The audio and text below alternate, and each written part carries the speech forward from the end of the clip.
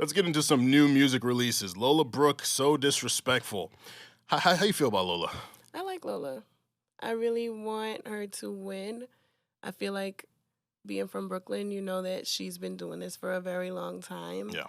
But I feel like we're in such a microwave industry where people will get one song from you and be like, okay, what's next? Mhm. What's next? What's next? Yeah. And if they're not happy with what's next, they're so quick to move on and not give you another chance. Yeah. So that's all I'm scared of for her.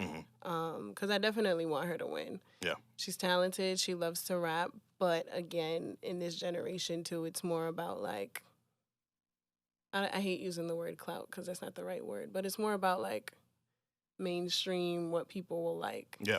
So Yeah, I hope she people will win. really gravitate towards like artist personas. Like it's Yeah. not as much about the music anymore these days, I feel, which Yeah, kind not of at all. sucks because talented people fall by the wayside because people don't like who they are. They don't like certain aspects of them. Mhm. But I think Lola's I got to interview her. She's very personable. Very like she's got a really good like vision for her career, and she can also rap her ass off. Like Right. she goes crazy with the verses. But to your point of like people moving on quickly, like she did a freestyle to Uzi Just Wanna Rock for a radio interview, and people were like, "Oh, that's just ass. Like you can get her out of here. Like her run is over." I'm like, "What? Like come Run on, is like crazy. what- Like she af- just started. yeah, like it's For you guys. yeah, it's really insane. I definitely want to see her win. I'm looking forward to her dropping her full project. She said like that should be coming soon. But I thought So Disrespectful was dope. It kind of like it was a bit reminiscent of don't play with it. But I feel like if the style isn't broke, like you don't got to fix it. Like so some people can like do one thing and it can still be really good. Like I don't think she'll reach the point where like the baby is, where it's like, all right, bro, we're tired of this. Like dude, you try to do other things and it's not hitting. But like I think just based off her pure rapping ability, like the conviction she brings to her raps, like this is dope. So I'm definitely interested. And you know what's crazy? I always tell people, like, I feel like especially with women or just even artists who have a signature style, like, why do we have to? I feel like every artist style is the same. There's not a song where Future tries something different. For the most part, yeah. He has his two styles where he raps in his normal voice and then his little singing auto-tune. Yeah. I'm like, Ice Spice, everybody loves it. She stays the same tone on every song. Yeah. Which I'm a Spice cabinet for sure. Absolutely. I'm like the only person, if we want to bring it back for real, of course, Nicki. And I'm like, Drake is who tries different shit. Yeah. I'm like, every artist raps the same. So I hate when people like try to like, oh, this sounds like Don't Play With It. Like, we love Pop Smoke. Every song sounded the damn same, and we loved each and every one of them. Yeah. So, Yeah. I mean, I want to see her win. I do want to see her try different things just to like prove people wrong. So yeah. It really is interesting how people have turned having a signature style into a negative thing. Yeah, like, it's really what? weird. Like when you really sit and And think then when about they that, tried different things, like you when get Pop mad. when Pop was doing like the pop music, they were like, oh my God, what is this? Yeah. Like, well, you guys were so tired of the regular Pop Smoke drill. And then he tried something else. Or when Megan did that pop song on her album, everybody was like eating it up. So it's like, that's why artists don't even try that, because then you guys like come for them, and then they're sensitive about their The craft. life of an artist is it's got to be hell, especially like now with social media, like your TikTok comments getting The flooded, trolls. tweets about you. Like if I probably wouldn't even like search my name. I'd probably like deactivate Twitter if I was. I tell all my artists, do not read the comments. Please do not. It's hell. It's because I get angry reading them. So I'm like, you don't read them. Yeah, because it's like it's people not even giving like good faith critiques. Like they're just trying to say the funniest thing to go viral. Like some of them don't even mean what they be saying. Some of them type before they even watch the video. Yeah, like, it's crazy. 100%. So yeah, I'm a big fan of Lola. Definitely rooting for her. Rae Sremmurd, they got an album coming soon, Srem 4. Now you said you're 28, so we were in college around the same time. Yeah. Rae Sremmurd, when we were in college, like that, like 2014, 2016 I was just range doing of the time. mannequin challenge. I was like, let's bring this back. In 2023. Yeah. Oh my God. Because I was listening to the Nicki remix. Obviously, I'm a Barb too, so it's like I was like, damn, what are they doing? I thought about them. Which is crazy. I was listening to Black Beatles on the way. I didn't do the mannequin challenge, but I was listening to Black Beatles. Those are such a fucking good song.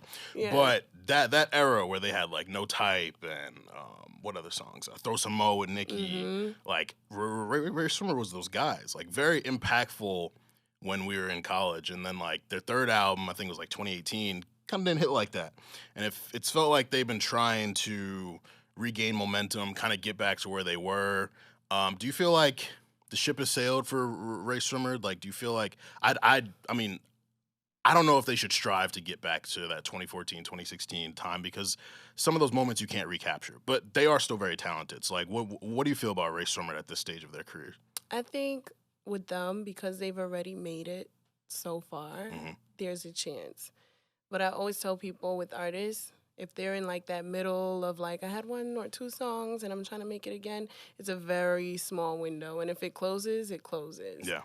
And I think with them, if they, and I hate to sound like the TikTok record executive, but if they get a song that like goes up on TikTok, it can literally turn around overnight for them. So that's why I don't want to say no, because that's all it takes these days, which is crazy. And then it'll be like, oh my God, Rae Sremmurd made such a great comeback. Yeah. Because of TikTok.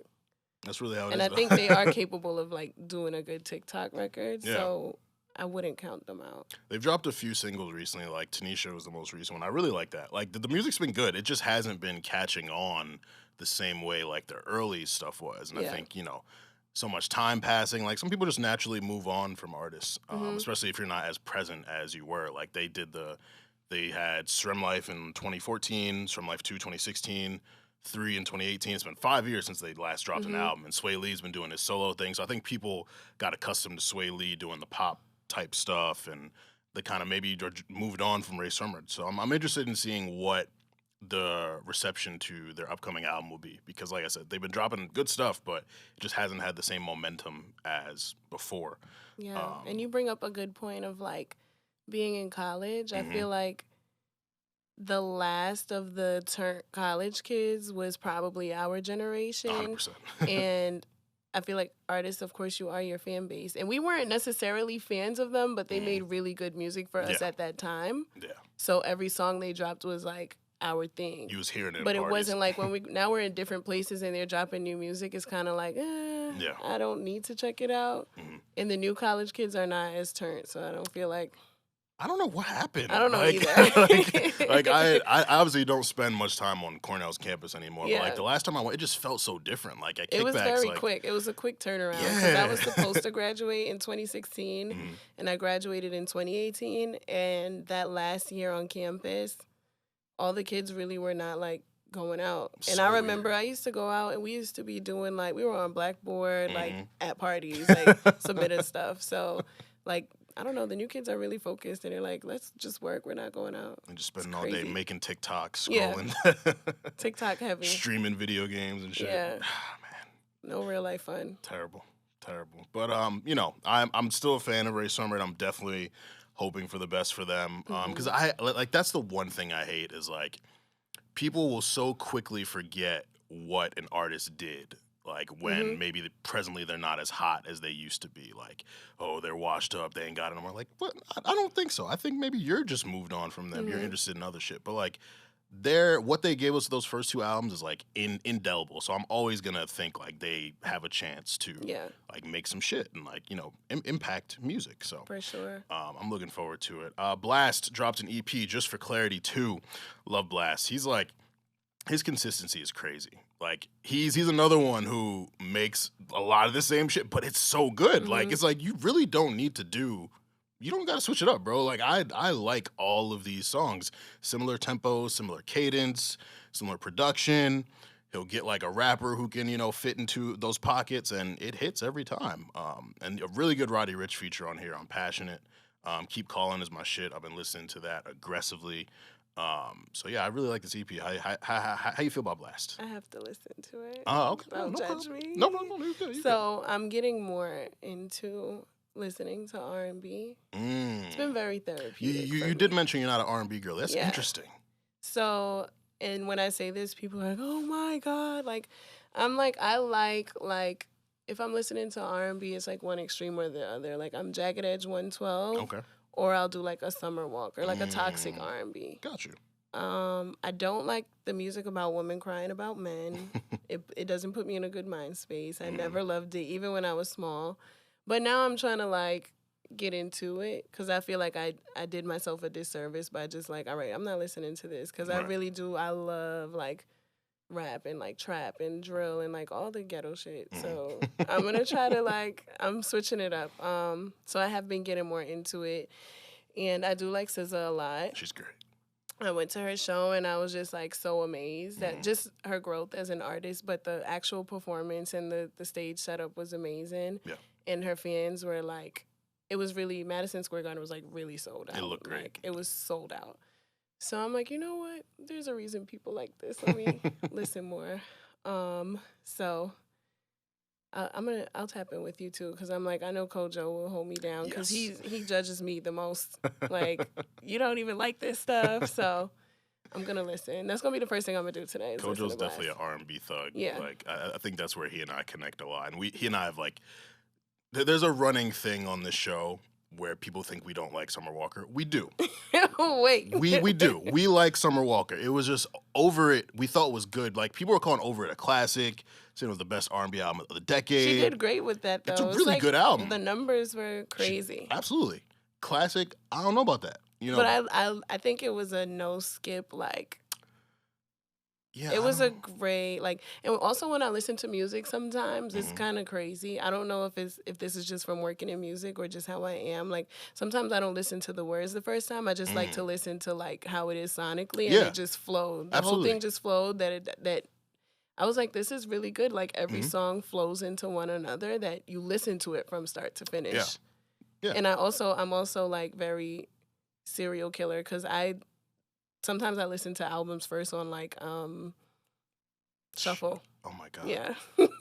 Oh my God. And then I also download albums by like the songs I like. So I won't download the whole thing. Like I'll go by what songs I like and I'll download it like that. Wow. You're it's a lot. You're an alien. It's a lot. I admire that you would admit that, because like that people be killing people online. Like you listen to albums on shuffle the first time. Sometimes if I don't like the first two songs, I'm like, all right, I have to skip around because then I don't want to like not give the album a chance. So I like skip around, see what I like, and then sometimes I go back and start over, like, because I just feel like I consume so much music. That's why I don't know if it's because I work in music, but I consume so much that I'm like, let's just get to the good stuff. I feel you. So I'll admit, with like artists that I'm not enough of a fan where I'm just willing to just listen to the album like front to back, like just off the rip. Yeah, I'll go to the familiar features, see how I feel about those songs. I'll be like, all right, I'll check out the full thing. That's something I've done before. It doesn't happen too often because as a journalist, I'm consuming a lot of music too. Yeah. But it is something that I have done before. But that's, again, more so because like if I'm just not familiar enough with the artist or I don't like them like that, I'm like, you're not gonna get my full listen to an album. So I'll admit it, fans. Like listeners, you could get on me too, but like it happens. But yeah. So with how did I get to the Summer Walker thing? Oh, we're talking about R&B thugging. Yeah. So like with Over It, like I'm trying to think. Do I have any skips? I don't think I have any skips on that project either. No. But I just felt like, I don't know, calling it a classic was really the only thing that I was like, yeah, I don't know about that, y'all. It's really good. It's a really good project. Would you call it a modern day classic? Like, why won't you call it a classic? Because it's not like, like. Yeah, like I don't know. For me, classics need a little time. Like it's been out for like 4 years now. So by 2024, I'd be willing to entertain those conversations. It's an album that's still impactful. Like people still talk about it. It still streams very well. I personally thought Still Over It was better also. And I was partial to Summer's like early stuff, like the Clear EP or what's her first? I always forget the name of her first project. Fuck. It's gonna bother me. Last Day of Summer. Last Day of Summer. Like I don't know. I was more partial to her early stuff where it was like more neo-soulish. It felt like with Over It, especially with Lennon on the track, executive producing, they were leaning more into the like trap and B modern type R&B stuff, which is good. That's probably why I love it. But I feel like she's got more capabilities, like more range, and I feel like she showed that on Still Over It. Like there's like more instrumentation, more musicality. So that was really it. But damn, I forget how we got there. Because you said you guys. There's a rumor that the whole Summer Walker thing, So, but yeah, I'm a huge fan of hers. yeah, I would love to hear more of your perspective on R&B. I'm a huge R&B guy. Like, I love Xavier Omar, Aaron Ray, Raven Lenae, Kehlani. Like, there's a lot of talent. Like, people give R&B shit these days because it's not the 2000s or the 90s R&B, but there's a lot of talented people out here. And the genres evolve too. Like Black, who we're gonna talk about. Like, he's a rapper turned R&B singer, but he's very, very good with it. Like, very dope. I definitely like the evolution. I think on the male side, it's like, and I did a whole episode about this, like the whole toxic thing. While it's great, we enjoy it. I don't love it. Yeah, it feels like gimmicky. Like, everyone's trying to do it, and it doesn't feel like natural. Like, I miss niggas being in love. Like, I feel like that's a cool aspect of R&B that's been missing. So like, I definitely have my critiques for the genre, but overall there's a lot of talented people. It's in a good space right now. So I agree. Yeah. Speaking of Black, he's dropped 2 singles in the last couple weeks, Talkback and Fatal Attraction. His album, Since I Have a Lover, is coming out March 24th. I'm a Black stan, so I really enjoyed these songs. I've had the album for a little while, so I've been running it up, and it's very good. I can't wait for people to hear it. How'd you feel about these? Black? Yeah. Didn't listen to it either. So, no problem at all. Like, don't judge me. You're good. Generally, what do you think about Black? I like him too. Like, I don't think there's anyone that I don't like in the R&B space today. I love the girls. Like, I love Ari Lennox. Yeah. I like Coco Jones. She's great. Who else do we have? That's like with them. I feel like they're like very true, like R&B artists. But I just don't, like, if they're dropping a project, I'm not running to grab it. I'm trying to change. I feel you. Good. Yeah. I feel like that's why I haven't found love, so. I'm like, let me listen to R&B. Good. I think it'll help. Yeah. I think it'll help for sure. All right.